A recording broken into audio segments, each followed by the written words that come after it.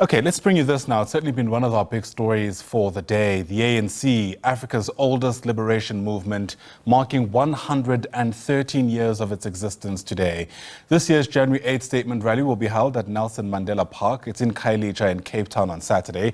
The ANC, of course, has been the governing party since the first elections we held democratically back in 1994, marking the country's political liberation from apartheid. However, in last year's elections, it failed to win an outright majority in Parliament for the first time, giving rise, of course, to the government of national unity. Let's take stock of this moment. Bring in ANC member Buti Manamela, joining us now live from our Cape Town studios. Mr. Manamela, great to have you on. Thank you very much indeed for making time during this historic moment.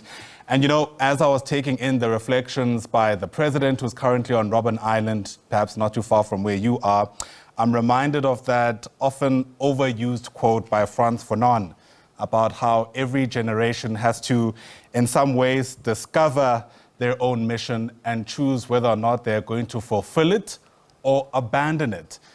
As we, I suppose, take in this year, I wonder to what extent you reckon this crop of leaders, the current generation, has in fact fulfilled their own mission.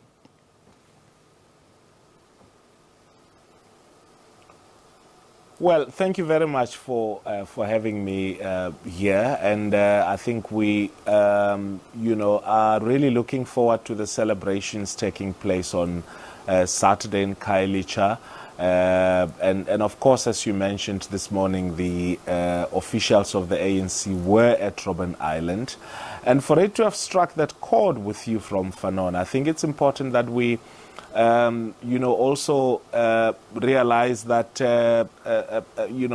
the historical mission and mandate of the ANC and the people and sections of society that it sought to mobilize has always been the creation of a non-racist, non-sexist and democratic society.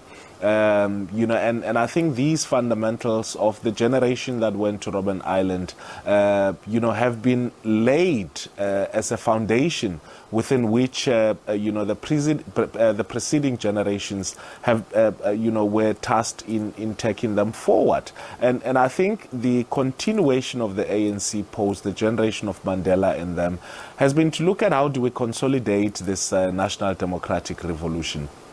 And yes, there's been, a whole lot of progress that has been made in that regard. We've seen, the ANC's role in various levels in ensuring that we meet particularly the basic needs of communities that were historically excluded. Today, officially, there is no institution of government that would seek to isolate people on the basis of their race. We've expanded access to education, to healthcare, and so on and so forth. And using the basis of the Freedom Charter as part of, that delivery. But we also acknowledge that all of this were not without, challenges. And part of our reflection for this January 8th, statement for this year is to look at what those challenges are and how do we relate to, and ensure that we resolve, some of those challenges. As you may be aware at home, we've been having a lot of activities building up to the Saturday activity. And those activities are centered around three, major issues. One is that we're strengthening our interaction and contact with the people. And that's why we're having this rally at Khayelitsha. But secondly, we're also listening and putting in place measures and mechanisms to try and resolve some of the immediate, but also to inform our long-term project. And thirdly, which is also important, is for us to prepare for the forthcoming local government elections. So this, for us, is a big opportunity for this generation, to look at the continuum from those who served in Robben Island into, the current generation, which essentially has, the weight of the current struggles that we faced with on their shoulders. Speaking about those attempts to, I suppose, interact and reach out to people, I'm sure you must have seen the interaction involving the deputy president of the organization yesterday, also in Khayelitsha. There's been all kinds of interpretations around what to make of that. Among them is questions around whether or not the party still resonates with the people and often what's also cited is the organization's use of a term which you've brought up now, the National Democratic Revolution. There are people among us who are suggesting that that doesn't really land with people who are facing contemporary issues, bread and butter matters in the country. And yesterday's outburst, let's call it, involving the former president there, is a case in point. Well, look, I mean, we have received reports about the incident that included the security of the Deputy President, and I think the Deputy President's office itself has issued some communication in that regard.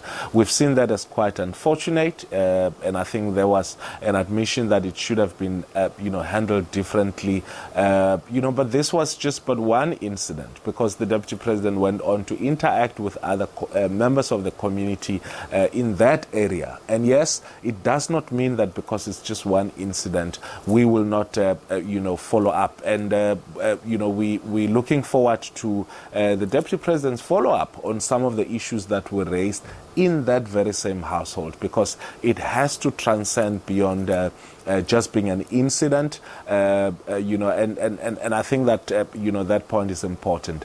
But what is even more important is the fact that we're not in denial. We are acknowledging that we have come out of the last general elections with a proper, beating. We've lost in most of the, provinces, West. But it does not mean that we should be throwing. It only means that we should consolidate the energy. Millions of South Africans who continue to vote for the ANC, both at and also, at provinces. We believe that that energy will have to push coming local government elections. I think to dismiss the National Democratic Revolution, which is about national unity, which is about disregard of people, choices and preferences, but and also about disregard, of people economics status. It is about making sure that we drive government to provide basic services to all and sundry, irrespective of their social position in society. That's fundamentally what the National Democratic Revolution is. It's about making sure that, liberate all people from, the bondage historically that we've been in, and also a prosperous society. I do not know why anybody would disagree with the of that National Democratic Revolution. And what we seek to, and what, the intention of the National Executive Committee with this statement is to look at some of the issues that are urgent, that we need to deal with, but also look at zoom into some of the real issues that affect people in the Western Cape. Some of the NEC members who've been going out to meet with communities have had, challenges that people, fishermen and women are faced with, that they only have fishing licenses, but they do not have the capacity, and therefore let's put in place measures to make sure that we resolve all of those things, issues around, labor exploitation in the farms, but also issues around empowerment and ownership, of land in the farms. Those are some of the issues which we've had, which are not, disconnected to a struggle for, a national democratic society. So over this week, these are some of the things that we'll be doing, listening to communities, trying to involve them into the resolution of some of the problems, that are confronted with. Yes, there's this, generally accepted untruth that, for instance, the Western Cape is one of the best run provincial government, and yet there are problems around, crime. And some of the NEC members have been going out there talking to communities about finding community-based solutions to resolve problems around crime. So we shouldn't see any disconnect between that which historically the ANC sought to achieve, which is through the National Democratic Revolution, the Freedom Charter itself, and some of the contemporary challenges that our communities are faced with. Well, All right. I really allowed you to go on because I think it's important that you feel like, at least at the very least, the ANC is heard, and will allow the viewer to make up their own mind. The other issue that I imagine is going to dominate a lot of the reflections, perhaps, is going to be on the ANC's relationship with the SACP. You happen to wear both hats as you and I speak. And it comes with the back of the commemoration of Joe Slovo's passing, which took place this week. No, I'm not wearing both hats. I'm not wearing both hats. I'm not wearing both hats. Okay. I've been asked here to come and speak on behalf of the ANC. All right, yes. Fair enough. But my point is who I'm that speaking on my behalf point of. is that you've had involvement with both organizations. The question is the extent to which that helps or doesn't help the advancing of this national democratic revolution you've just explained, the back and forth around the formation of the government of national unity, and how that lands with people who resonate with the tripartite alliance, but are frankly not sure whose voice to follow. Yeah. Well, I think the attitude of the ANC National Executive is that we are not going to use the January 8 statement to, engage with the views of our alliance partners, and that we're going to, sit in a room with them, including the SACP.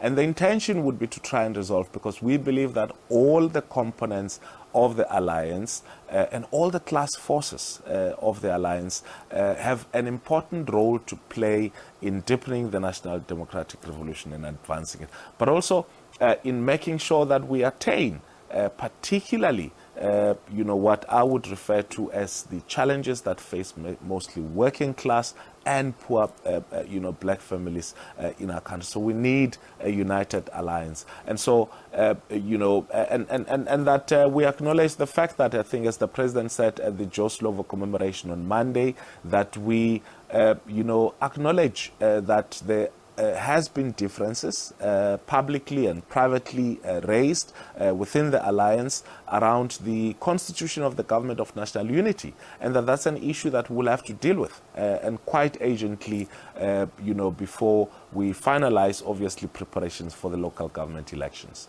All right. Buti Manamela, thanks for your time. Appreciate your reflections. And I imagine, of course, there's going to be a whole lot more said throughout the course of the day. Buti Manamela, live to us there from our Cape Town studios. He, of course, is an ANC NEC member, but also, as I mentioned, has, of course, some kind of involvement with the SACP as well. All right. A part of our focus has been around these 113 birthday celebrations from the ANC